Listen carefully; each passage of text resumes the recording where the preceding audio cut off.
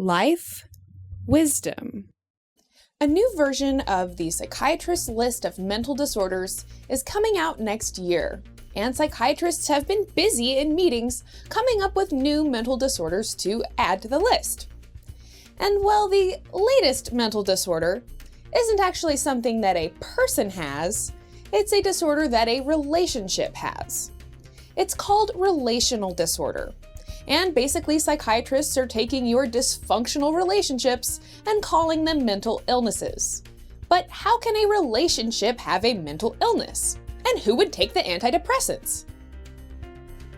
This is the DSM, or Diagnostic and Statistical Manual of Mental Disorders. It's published by the American Psychiatric Association. And it contains a listing of all the different mental illnesses that you might be diagnosed with. So a psychiatrist will use this book to give you a diagnosis and its corresponding number, and then turn that into the insurance company for reimbursement. So just to take a look at a few of these. Do you suck at calculus? Well, it could be that you have the mental illness mathematics disorder, number 315.1. And if you stutter, that is also a mental illness. This one is number 307.0. And if you drink too much coffee or other caffeinated beverages, guess what else they have a mental illness for that too? Caffeine-induced disorders and caffeine intoxication, 305.90. So now instead of a single person getting a diagnosis, the relationship itself can get the diagnosis. According to the American Psychiatric Association's website, relational disorders are persistent and painful patterns of feelings, behavior, and perceptions involving two or more partners in an important relationship. Two or more partners? Does that mean that a football team could have a relational disorder? Or that my band might have relational disorder?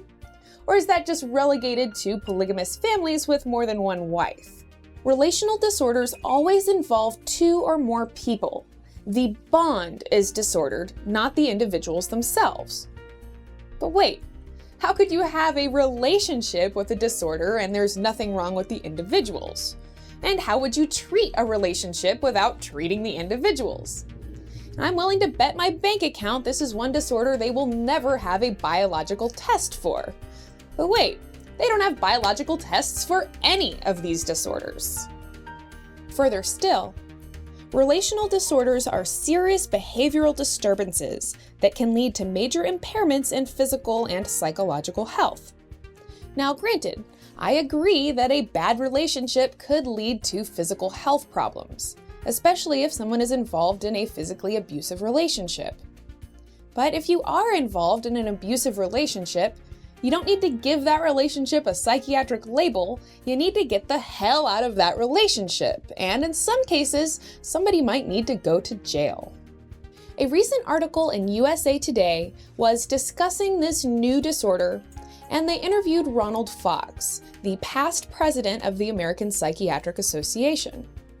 According to Fox, too many problems are already being defined as mental illnesses. He said, "We pathologize everything under the sun, but the DSM is the coin of the realm. It's the water we swim in as clinicians." Fox said that he had mixed feelings about proposing this addition to the DSM. He said there's a risk of making everything a medical problem. The psychiatric profession is based on a medical model, and psychiatrists continue to propose that mental disorders might have a cause of brain chemistry. And psychiatrists, because they follow this medical model, are a lot more likely to prescribe drugs than to prescribe talk therapy. The DSM already contains over 300 mental disorders, and they're going to continue adding disorders to this book. But the funny thing is that even with 300 different mental disorders, there are only 5 classes of drugs to treat them with. You have your antidepressants like Prozac, antipsychotics like Abilify, psychostimulants like Adderall, anxiolytics or anxiety medications like Xanax, and anticonvulsants, which are actually epilepsy drugs, but psychiatrists will often prescribe them as mood stabilizers. My personal feeling is that relational disorder is psychiatry's solution to not being able to bill for relationship or marital advice, because the only way that insurance will reimburse them is if they can actually give a diagnostic code out of the DSM. And prior to the invention of this disease, psychiatrists had no way to bill for this kind of counseling unless they gave one or both parties involved a DSM diagnosis, like depression or anxiety disorder. And the danger of listing this as an actual mental disorder is that it medicalizes it and somehow implies that your dysfunctional relationship is actually a medical disease. This is why if you go to see a psychiatrist and you have insurance, you're going to leave with a mental health diagnosis, regardless of whether you actually have a problem or not. There has to be a diagnosis in order for your psych to collect insurance. And unfortunately for you, you're going to be stuck with that mental illness stigma for the rest of your life. So the DSM contains over 300 different disorders and only has 5 main classes of drugs to treat them with. And none of these drugs are actual cures for any biological problem. A psychiatrist maintains or manages behavior through these drugs, and often they will even call what they do behavior management. But think about it for a minute. If managing behavior is controlling behavior, then they're essentially just controlling behavior with the use of mind-altering drugs. And many of these mental illnesses are highly questionable, like mathematics disorder when you suck at math, or bereavement disorder when you cry too long after losing a loved one, or marijuana intoxication disorder when you get stoned. But let me level with you. The DSM is the Diagnostic and Statistical Manual of Mental Disorders, not mental illnesses. And when the DSM was first published in 1952, they were careful to use the word disorder and not illness, because they wanted to make it clear that psychological issues were mental problems, not physical diseases. But there's something innately wrong, or at least really fishy, about treating psychological issues with physical interventions, like drugs, electric shock therapy, or brain operations.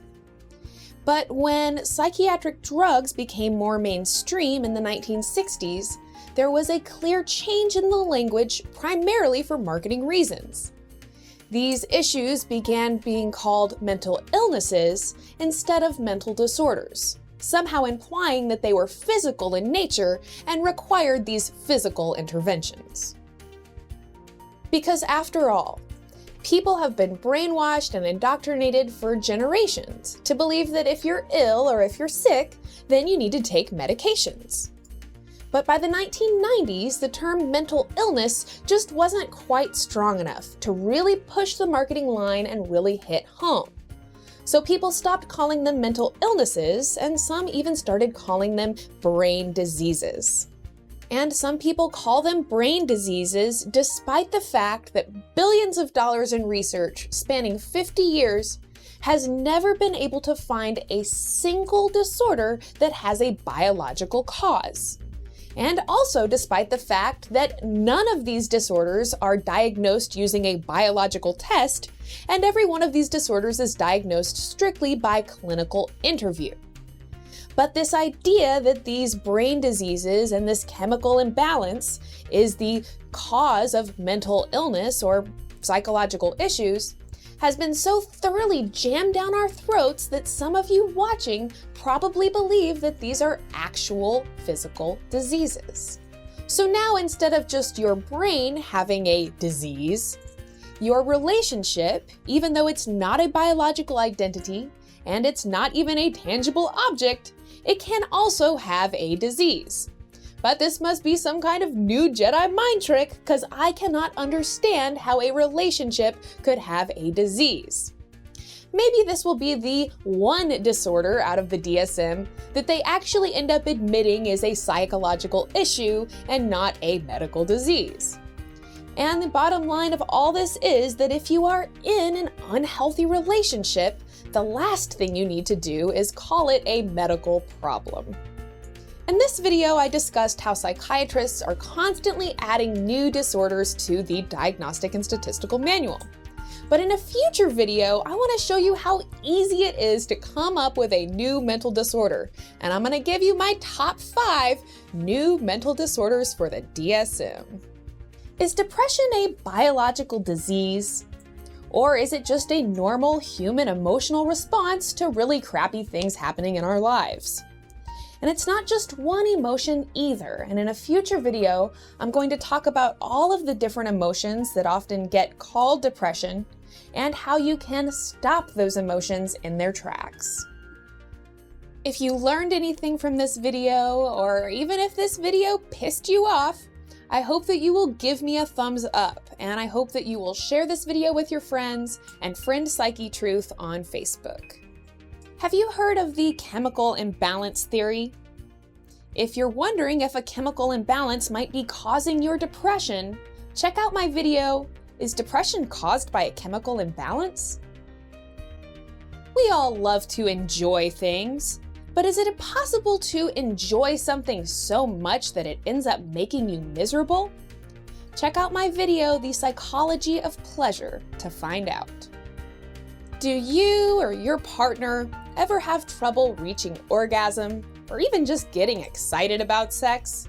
It could be that you and your partner have female sexual dysfunction. Check out my video to find out.